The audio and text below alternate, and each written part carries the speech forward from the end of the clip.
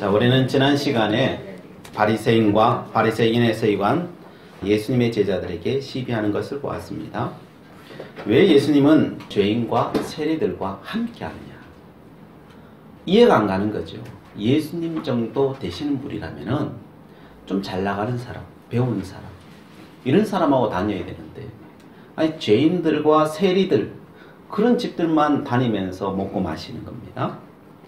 바리새인들이 봤을 때는 도저히 그게 이해가 안 가는 거예요. 세상을 따라 살아가는 그 바리새인들은 그것을 인간적으로 아무리 생각해 보려고 해도 이해가 안 가는 거죠. 바리새인들의 생각은 세상에서 잘 나가려면 잘난 사람들하고 다녀야 되거든요. 경제적으로 리드해 나가는 사람은 유학을 가면 어디로 갑니까? 미국으로 가죠. 미국의 부가 거기에 있으니까요. 그리고 마케팅이나 정치를 하는 모든 것들이 학문적으로 가장 뛰어난 곳이 미국이니까요. 그러니까 그리 가는 거죠. 음악을 하는 사람은 다 어디로 가요? 유럽으로 가죠. 유럽에는 음악이 뛰어나니까요. 다 그리 가요. 이게 세상의 논리죠. 그런 논리로 봤을 때 바리새인들은 예수님의 살아가는 그 삶이 도저히 이해가 안 가는 거죠. 그래서 그런 질문을 던지는 거죠. 그런데 예수님은 결단코 바리새인들이 걸어가는 그 길, 그 자리로 가지 않는 거예요. 왜 그곳으로 가지 않습니까? 그것은 이 세상의 성공이 예수님의 목적이 아니기 때문에 그래요. 예수님께서는 하나님의 나라가 이 땅 위에 임하는 것이 예수님의 목적이에요. 그것을 위해서 이 땅에 오신 것이죠. 하나님의 나라 자체가 예수님이잖아요. 지난주에 봤듯이 17절 말씀이죠. 예수께서 들으시고 그들에게 이르시되 건강한 자에게는 의사가 쓸데없고 병든 자에게라야 쓸데있느니라. 나는 의인을 부르러 온 것이 아니요 죄인을 부르러 왔노라 하시니라. 하나님의 나라는 바로 병든 자들이 나음을 입는 거라는 거예요. 이건 뭐 단지 육체적인 병만 이야기하는 것이 아니라 영육혼의 병든 사람들, 상처받은 영혼들, 그 영혼들을 다시 하나님께서 창조하신 그 본래의 목적으로 다시 돌려놓는 것. 이것이 예수님의 목적인 거죠. 그 대표적인 표징으로 우리는 사람들은 봐야 믿으니까요. 뭐 다른 것들은 안 보이잖아요. 그러니까 봐야 믿으니까 그 대표적인 예가 뭐예요? 병자들을 고쳐놓는 거죠. 사람들이 볼 수 있는 거. 우리는 눈에 봐야 믿으니까. 그래서 예수님이 오셔서 지금까지 우리 마가복음 1장부터 시작해서 지금 계속 보는 게 뭐예요? 예수님께서 병자를 고치시는 거예요. 그것을 통해서 믿음을 심겨주는 거죠. 내가 왜 이 땅에 왔는지에 대해서 분명한 메시지를 던져주는 것입니다. 그래서 예수님께서 우리에게 말씀하시는 겁니다. 병자를 고치시면서 보이는 것을 고치시면서 보이지 않는 것까지 건드리시는 거예요. 중풍병자에게 찾아오셔서 병자를 고치시면서 무슨 이야기를 하십니까? 뇌 제사함을 받았느니라.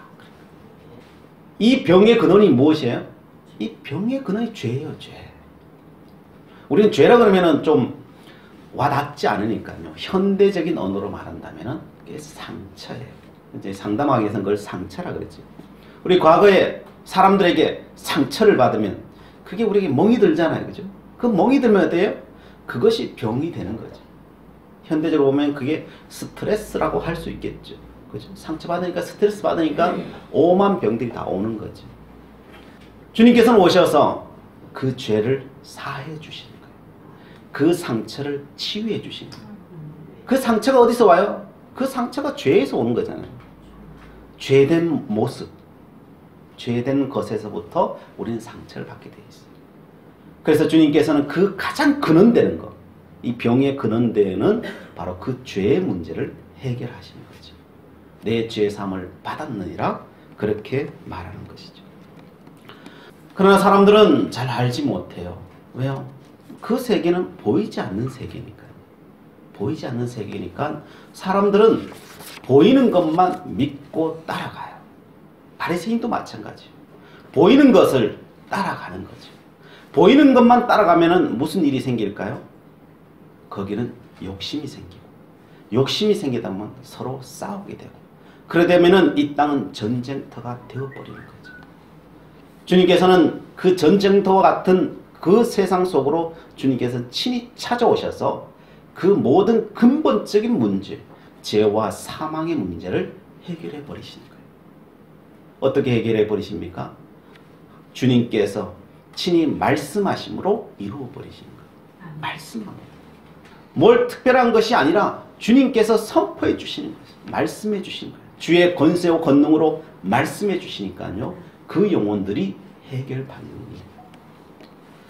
주님께서는 이 땅에 오셔서 문제를 해결하는데 어떻게 하십니까? 죄인을 불러 자유케 하십니다. 우린 다 죄에 매여 살거든요. 그것을 떨쳐버리지 못하고 사는데 자유하라고 말씀하시는 거죠. 그 죄에서조차도 자유하라고, 내가 용서하노라고 말씀하시는 거죠. 병에 붙들려 있는 자들에게 병의 노임을 받도록 하는 거죠. 그래서 친히 치료해 주시는 것입니다. 또한 죄에 붙들려 있으면 죄에서 자유함을 주고, 세상에 붙들려 있으면 어떻게 하라고 합니까? 세상에 붙들려 있는 사람에게 그것을 놓아라 그러죠. 우리 모든 것들이, 문제들이 어디서 와요? 놓지 못해서 오는 거죠. 왜 놓지 못해요? 불안하니까요. 불안하기 때문에 우리는 사실 놓지 못해요. 그런데 주님께서 이 땅에 오셔서 놓으라는 거예요. 놓으면 잘못될 것 같지만은 결단코 잘못되지 않는다는 거예요. 그래서 내려놓으라고 하신 거예요. 오늘 본문은 무엇을 이야기하고 있습니까? 금식 이야기를 하고 있습니다. 18절에 바리새인들은 예수님의 제자들에게 왜 금식하지 않느냐고 시비를 거는 겁니다. 한번 시비를 걸었는데 당했거든요. 분하거든요. 그래서 다시 시비를 걸 때는 가장 자기 자신 있는 거, 거룩한 것을 가지고 이제 다시 시비 거는 거죠. 왜 지금 금식하는 절기인데 왜 당신들하고 가장 친하고 가까이 있는 요한의 제자들 다 금식하는데 당신들은 뭐라고 금식 안 하냐고. 그래서 시비하고 다시 들어오기 시작하는 거죠. 예수님께서 말씀하시죠. 19절 말씀에 예수께서 그들에게 이르시되 혼인집 손님들이 신랑과 함께 있을 때 금식할 수 있느냐? 신랑과 함께 있을 동안에는 금식할 수 없느니라. 주님께서는 지금 세리와 창기들과 병든 자들과 함께 먹고 마시고 있거든요. 금식할 기간에. 그럼 도저히 이해가 안 가는 거지. 그것도 이해가 안 가는 부분들이고. 그래서 그것을 또 시비거리를 가지고 이제 들어오는 거죠. 그러자 예수님께서 말씀하시는 거죠. 금식을 부정하지는 않아요. 금식이 나쁘다 이야기하지도 않아요. 내가 금식이 나쁘기 때문에 나는 먹고 마신다 이렇게 이야기하지는 않아요. 영적으로 금식만큼 뛰어난 것은 없죠, 사실. 그러나 오늘 본문에는 금식을 부정하고 이야기하는 것은 이런 이야기를 합니다. 금식하지 않는 것은 결혼식 했기 때문이다 라고 이야기합니다. 이것은 금식을 부정하는 것이 아니라 금식보다 더 중요한 게 있다는 거죠. 나는 금식보다 더 중요한 것을 하고 있다는 거예요. 그게 뭐예요? 결혼식이라는 결혼식. 고대에는 결혼식이 그냥 우리처럼 그냥 하루에 끝나고 마는 것이 아니고요. 일주일 동안 진행이 돼요. 신랑이 신부의 집으로 이제 들어가는 것으로 이제 끝나는데 뭐 서로 선물도 주고받고 뭐 축제도 열고 일주일 동안 잔치를 여는 거죠. 그 잔칫날이 있는데 그 잔칫날 중간에 금식날이 있을 수도 있는 거거든요. 그러나 이 잔칫날이 있을 때는 금식을 하지 않아요. 금식을 하게 되면 그 중간에 애곡하는 게 있거든요. 애곡하는 것이 있기 때문에 결혼식 날 애곡하면 어떻게 해요? 안 되잖아요. 그래서 결혼식 날은 금식을 하지 않아도 되는 것입니다. 주님은 말씀하십니다. 지금은 금식할 날이 아니다. 지금은 결혼식이다 이야기하시는 거예요. 이게 뭐예요? 요한계시록에 나오죠. 우리가 나중에 우리도 결혼식 한다 그러잖아요. 결혼식이라고 하는 것은 영적인 의미로 예수님과 함께 있는 것을 결혼식이라고 하는 거예요. 주님과 함께 있을 때는 금식할 필요가 없다는 거예요. 우리는 금식해야 될 때와 금식하지 말아야 될 때가 있어요. 이 말씀에 기준하면요.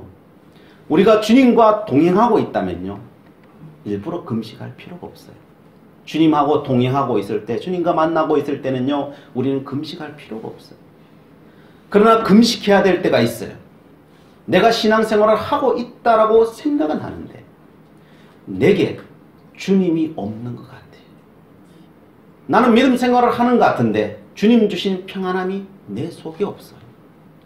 내 삶이 너무나도 뭔가에 묶여져 있는 것 같고 해결되지 않고 병들고 내 삶이 너무 힘들어. 예수님께서 주시는 그 평안함과 그 자유함이 내 속에 없어요. 그러면 그때는 뭘 해야 되느냐? 그때 금식해야 되는 거예요. 주님하고 동행하고 있을 때는 결혼식이에요. 그때는 그게 내 죽을 때까지 그렇다면요, 금식을 여러분 안 하셔도 괜찮아요. 그러나 주님과 동행하지 못한다면 여러분 금식하십시오. 하루에 한 끼라도 작정하고라도 20일은 20일, 10일이면 10일 작정하고 기도하십시오. 하나님, 내가 예수를 믿는데 내 속에 그리스도가 없습니다. 주님은 나와 함께 계신 것은 내가 들어서 알고 말씀을 봐서 알긴 알겠는데 내가 느껴지지 않고 내 삶이 엉망진창입니다. 하나님, 주님께서 내 속에 오셔서 모든 것들을 해결하여 주시고 내 마음속에 그리스도의 평강이 넘쳐나게 해주시고 주님과 동행하는 것이 날마다의 삶 속에 결혼식처럼 한번 이루어지기를 원합니다. 그러면서 하나님, 한 끼라도 금식해 보십시오. 작정해서 7일이면 7일, 안 되면 어떤 분들은 하루 온전히 금식이라도 해보시고 한 달에 한 번이라도 하십시오. 그리고 어떤 분들은 7일이라도 금식할 수 있으면 하십시오. 금식만큼 뛰어난 게 없어요. 여러분, 주님과 동행하지 못한다면 금식하십시오. 그게 주님께서 오늘 우리에게 말씀하시는 거예요. 그래서 이사야 58장 6절에 이렇게 말씀하는 겁니다. 내가 기뻐하는 금식은 흉악의 결박을 풀어주며 멍에의 줄을 끌어주며 압제당하는 자를 자유하게 하며 모든 멍에를 꺾는 것이 아니겠느냐라고 합니다. 금식이라고 하는 것은 바로 흉악과 멍에와 압제, 나를 얽어매고 있는 거 너무나 많잖아요. 이런 것들이 우리의 삶을 온통 얽어매고 있으면 그때 금식해야 된다는 거예요. 금식하면 이런 것들이 풀어지고 끌어지고 꺾인다는 거예요. 왜요? 주님이 나에게 찾아오시기 때문에 그래요. 그렇게 주님 앞에 금식하면서 딴 거 하겠어요? 오직 주님만 바라보니까요. 주님이 내 가까이 더 가까이 더 가까이 오니 이런 것들은 다 풀어지게 되어 있다는 거예요. 그게 영적인 세계라는 거예요. 주님은 그걸 지금 말씀하고 있는 거예요. 주님이 함께 하는데 금식할 필요가 없지요. 이미 다 풀어지고 해결되는데 왜 금식하겠어요? 금식하지 말라는 거예요. 자, 그러면 주님은 또한 그러면서 이런 말씀을 바리새인들에게 해줍니다. 오늘 21절, 22절 말씀에 생배 조각과 가족 부대 이야기를 하셔요. 우리가 믿음으로 살아간다는 거, 우리가 어떻게 살아가는 것, 진리 안에 살아가는 삶인가에 대해서 구체적으로 그 바리새인들을 위해서 이야기해줘요. 예수님께서 바리새인들을 막 책망하고 그들을 넘어지라고 주님께서는 이런 말씀을 하시는 게 아니에요. 그들을 살리시려고, 어떻게든 살리려고, 어떻게든 자유하게 만드시려고 주님께서 말씀해 주시는 거예요. 자, 이 생배조각 이야기를 하셔요. 이것은 고대에는, 이 당시에는 이 옷을 해 입는데, 이스라엘 민족은 그 옷을 해 입는 재료가 뭐냐면은 양을 많이 키웠으니까요. 양털이 옷을 해 입는, 요즘 양모가 비싸죠. 그러나 그들에게 있어서는 삶의 그 실이 그거니까요. 그래서 양털을 깎아서 실을 만들어서 그것을 옷을 해 입어요. 그런데 문제는 뭐냐면은 우리도 이 모로 된 옷을 입지만요. 이 모로 된 옷을 입다가 보면요. 이 빨래를 하거나 비를 맞거나 하면 무슨 일이 날까요? 이 줄어들어요. 그죠? 예. 그럼 양모를 입어보시면 아시죠? 우리 세탁을 할 때도 줄어들지 말라고 뭘 써요? 이 울 세제를 쓰죠. 그죠? 울 세제를 쓰죠. 근데 그걸 쓰지 않고 그냥 잘 모르고 이게 뭔지 모르고 그냥 물에 담궈버리면 이게 줄어들어 버리는 거죠. 그래서 오래 입다 보면은 이 옷이요. 맨 처음에 만들었던 것보다 이렇게 훅 줄어 있어요. 근데 이게 헤어져요. 헤어지면은 사람들이 이것을 입어야 되니까요. 뭘 갖다냐? 새 옷 천을 가지고, 양모를 가지고 여기다가 모양을 똑같이 만들어 집어넣어요. 근데 문제는 집어넣을 때는 모양이 괜찮아요. 괜찮은데 이게 비가 맞아버리면 어떻게 되느냐? 이 새로 만들어 넣은 양모가 줄어들어 버려요. 맨 처음에는 모양이 맞았는데 줄어들어 버리니까 어떻게 돼요? 당기게 되어서 헤어져 버린 거예요. 터져져 버린 거예요. 작아져 버리니까 터져져 버리는 거예요. 그 이야기를 하면서 또한 예수님께서 가죽 부대 이야기를 하셔요. 옛날에는 물을 담아 가는 때 이 가죽 부대에다가, 요즘도 이제 아랍 사람들은 가죽 부대에다가 물을 담아서 가기도 하는데, 이 가죽 부대에다 뭘 많이 담아갔냐면은 포도주를 많이 담아가요. 그 지역은 석이 많은 지역이라서 물을 먹기보다도 이 포도주를 해서 이렇게 음료를 대행하기도 해요. 그래서 많은 경우 포도주를 담아가기도 하고 물을 담아가기도 하고, 거기서 이제 뭐 소젖이나 양젖을 담아가기도 해요. 그런 용도로 써요. 이제 그 포도주를 담으면은, 오늘 새술 이야기 하니까요, 그 포도주를 많이 담았어요. 담으면은 이게 포도주가 발효를 해요. 발효를 하면 이게 빵 불어나요. 새 가죽 부대는 이게 유연해서요, 이게 잘 불어나요. 잘 불어났다가 다시 수축하고 괜찮아요. 그런데 이게 오래 지나다 보면 무슨 일이 생기냐면, 이 당분이, 포도주에 있는 당분이 이 가죽 부대에 자꾸 침투를 해요. 침투를 해서 이게 뻣뻣해지기 시작하는 거예요. 그러다 보면은 이게 부풀어야 되는데 잘 안 부풀리니까 이게 터져버려. 나중에는 압을 견디지 못해 터져버려요. 그래서 아까우니까 어떻게 해요? 새 가죽을 갖다 거기에 덧대는 거예요. 덧대놓으면 어떤 일이 일어나느냐, 다시 부풀어 올라요. 그러면 어디로 부풀어 오르겠어요? 압이 골고루 받아야 그래도 이게 유지가 돼요. 그릇이라고 하는 것은. 그런데 압이 이 새 가죽 부대 쪽으로, 천 쪽으로 이게 압이 받아서 이쪽이 부풀어 올라요. 한쪽이 부풀어 오르는 거예요. 부풀어 오르면은 집어놓은 그쪽이 어떻게 되겠어요? 이게 터져버리는 거죠. 그 임세 부분이 이게 터져버리고, 압을 굉장히 많이 받으니까요. 그게 터져버리는 이야기를 하는 거예요. 자, 이 이야기를 왜 하느냐. 지금 바리새인이 예수님께서 계속 시비를 걸고 있는 거예요. 시비를 걸고 있으면서 금식 이야기도 하면서 계속 지금 그 시비를 걸면서 주님 앞에 다가오고 있는 거예요. 그러나 본래 바리새인들이 예수님의 시비를 걸 때는 날 죽여주십시오 하면서 시비 거는 게 아니에요. 사실은 바리새인이 예수님이 좋은 거예요, 사실. 왜 우리 좋은 사람이 있으면 걔네가 찝쩍찝쩍 그런 시비를 걸잖아요. 그것과 마찬가지예요. 바리새인이 예수님이 막 미워서 그렇다기보다도 사실은 속내는 내 친구가 되었으면 좋겠고 나와 함께 했으면 좋겠고, 그러나 예수님은 절대 함께 하지 않으시거든요. 그러니까 괜히 옆에 와서 찝쩍거리면 시비를 거는 거예요. 예수님 그거 모르시겠어요. 모르시지만은 같이 함께 할 수 없어요. 그러면서 알려주시는 거예요. 알려주시는데, 알려줘도 저 바리새인은 못 알아듣는다는 걸 알아요. 알려줘도 못 알아듣는다. 왜 못 알아듣느냐? 이 바리새인은 자꾸 생배 조각을 갖다 붙이려고 하고 있다는 거예요. 헝 가죽 부대에다가 자꾸 새 거 갖다가, 조금 예수님이 새롭잖아요. 그죠? 자기가 듣기는 이게 도저히 모르겠는데 새로운 건 알겠어요. 알긴 알겠는데 완전히 몰라. 그러니까 그 새 것을 예수님이 가진 지식을 조금 떼와가지고 여기 갖다 헝 것에다 자꾸 붙이려고 하고 있는 거예요. 갖다 붙이려고 하고. 요게 지금 바리새인들이 하고 있는 작업이에요, 작업. 그러니까 예수님께서 안타까운 거예요.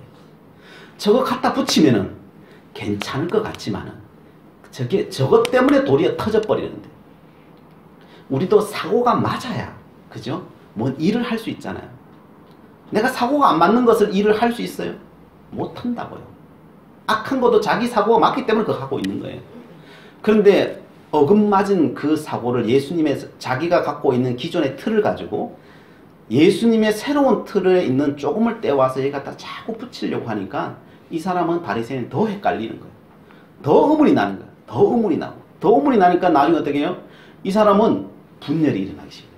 자기가 갖고 있는 것과 예수님 갖고 온 것과 이게 맞아야 되는데 안 맞으니까요. 이건 뭐지? 그러면서 자꾸 분열이 일어나는 거예요.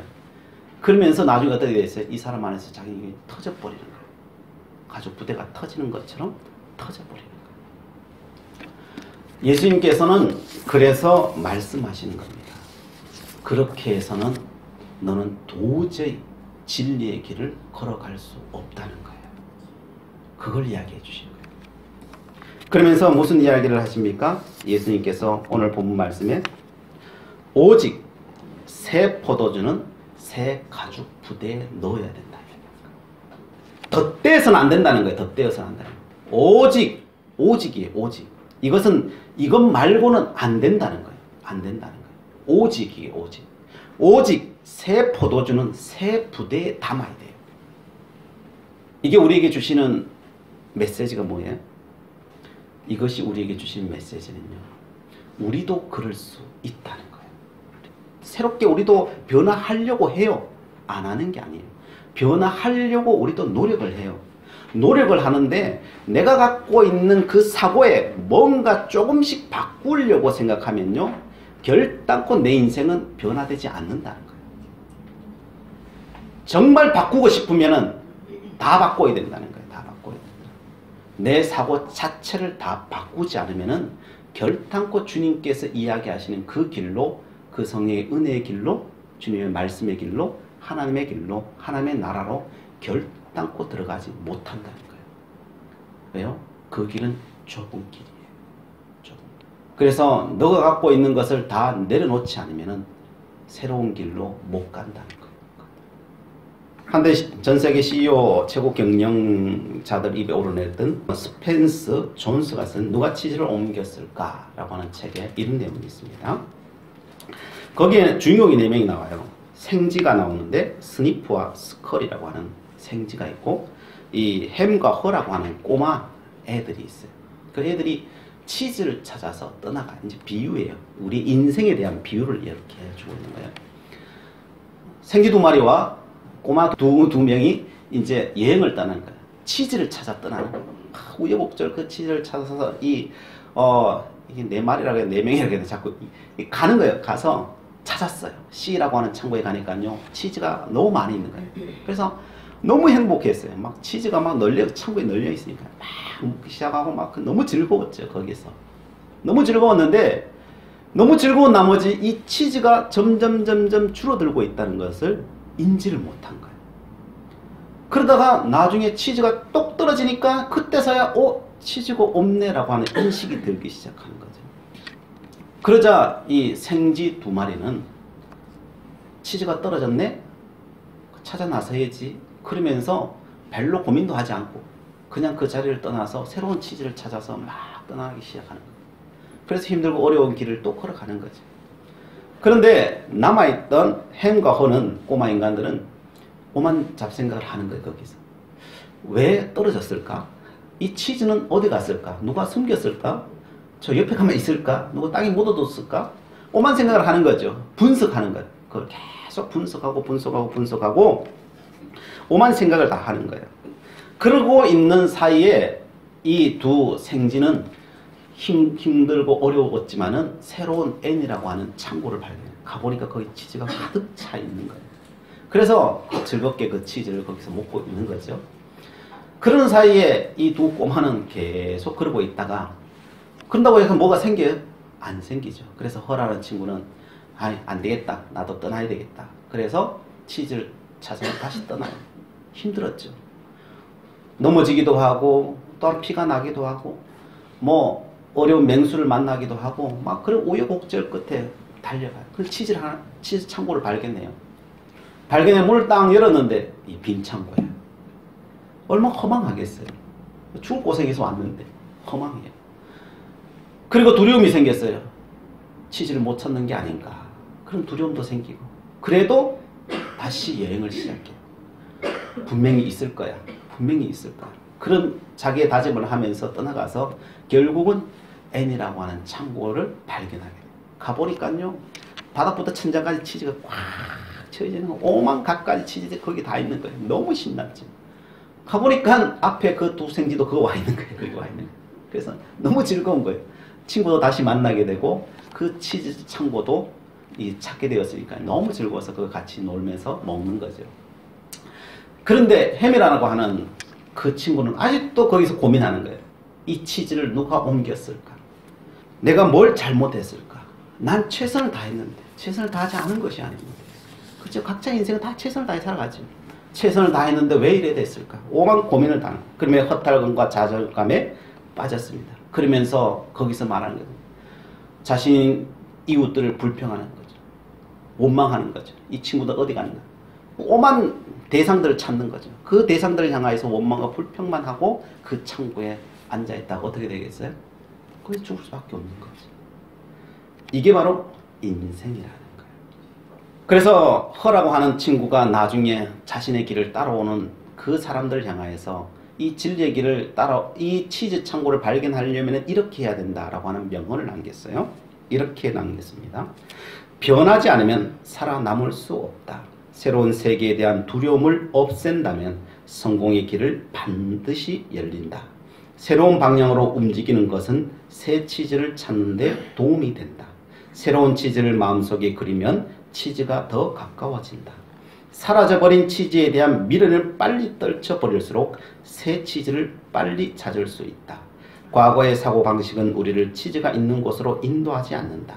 새 치즈를 찾아 맛있게 먹을 수 있다는 것을 깨닫는 순간 행동의 방향을 바꾸라. 작은 변화를 일찍 알아차리면 큰 변화에 쉽게 적응할 수 있다. 변화를 예상하라. 신속히 변화를 준비하고 그 변화를 즐겨라. 라고 해요. 이건 경영서적이에요. 경영서적. 그러나 중심 주제는 거죠. 변해야 된다는 거죠. 변해야 돼. 지금 새로운 시대가 왔어요. 예수님의 시대가, 하나님의 나라가 이 땅에 왔어요. 그러나 거기에 있는 사람은 자기의 자리에, 바리새인은 안주해서 뭔가 자꾸 덧대려고 해요. 덧대려면 조그만 변화는 있어요. 그러나 그 변화가 도리어 자기를 폭발시켜 버린다는 거예요. 결단코 새로운 길이 열리지 않는다는 거예요.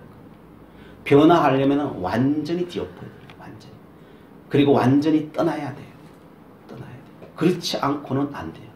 그래서 예수님의 신약 성경의 마태마가 누가 요한복음 읽으면요, 이게 허공을 잡는 것 같아요. 왜요?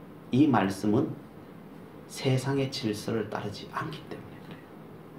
그래서 어려워요, 사실. 문자적으로 이해를 하지 못해서가 아니에요. 이 말씀이 내 말씀으로 와 닿지 않고 내 삶 속에 영향력을 미치지 않는 것은 이 말씀이 세상의 질서를 따르지 않기 때문에.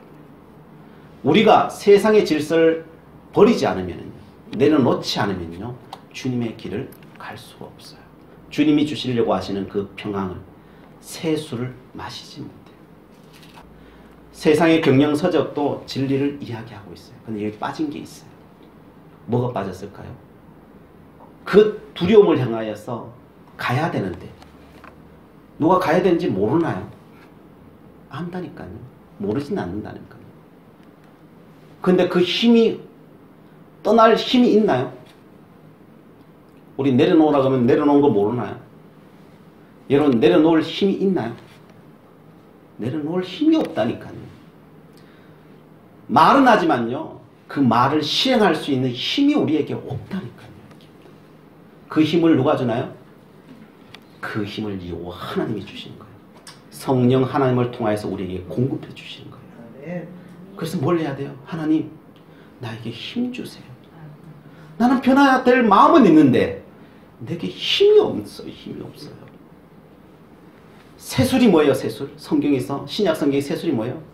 그게 성령이잖아요. 성령. 성령 하나님께서 나를 감마시 감노시켜 세임 주셔야 내가 그 길을 갈 수 있지. 그 두려움을 깨워보시고 나갈 수 있지. 그거 없이 우리가 못 간다니까요. 주님은 그 이야기하는 거예요. 바리새인아, 너가 너의 그 틀을 깨고 내가 가고자 하는 그 길을 가고자 하느냐. 그럼 바꾸라는 거예요. 바꾸라는 거예요. 세상에 있는 그 틀을 버리라는 거예요. 그 틀을 버리고 내가 증거하는 말씀을 붙들라는 거예요. 그 말씀을 붙들고 갈 힘이 없느냐? 그러면 성령 하나님 앞에 간구하라는 거예요. 하나님, 내가 이 길을 가려고 하는데 너무 힘드네요. 내 힘으로는 안 되네요. 하나님 도와주시옵소서. 간구하라는 거예요. 그러면 성령이 임하시면 사마리아 땅끝까지는 내 증인이 된다고 하잖아요. 주님께서 말씀하시잖아요. 예수님의 제자들은 그 성령이 임하기 전에는 다 두려워서 그 십자가를 다 떠나가 버렸다는 거예요. 한 사람도 간 사람 없었다는 거예요. 그러나 오순절 마가이달 앞에 성령이 임하자 다 도망갔던 사람들이 다 모이게 되고 그들은 어디로 가요? 죽으러 가잖아요.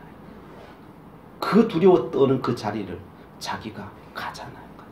왜요? 힘이 왔기 때문이죠. 따를 수 있는 능력과 힘과 지혜가 왔기 때문인 거죠. 깨닫게 되었기 때문이죠. 성도 여러분, 바꾸어야 돼요. 오직이에요. 오직. 새술은 새 부대에만 담을 수 있어요. 하나님 그 은혜를 체험하게 해주시고 그 길을 걷게 하시고 그 평안을 내가 온전히 누리기를 원합니다. 새술에 취한 인생 되기를 원합니다. 기도할 때 놀라운 역사는 우리의 삶 가운데 넘쳐나리라 믿습니다. 기도하시겠습니다. 사랑의 하나님, 예수님께서 우리에게 잔치의 삶을 허락하여 주셨음에 감사합니다. 날마다 주님을 의식하며 기뻐하며 살게 하옵소서. 또한 새 시대가 도래하였음을 주님께서 말씀하셨습니다. 새 시대가 온 것을 인식하게 하시고 성령의 하나님의 도우심으로 말미암아 그 나라에 이르기를 원합니다. 성령 하나님의 도우심으로 말미암아 주님과 동행하기를 원합니다. 아버지여 찾고 구하는 우리 모든 심령 가운데 주의 은혜가 넘쳐날 수 있도록 인도하여 주시옵소서. 감사드리며 예수 그리스도의 이름으로 기도드리옵나이다. 아멘.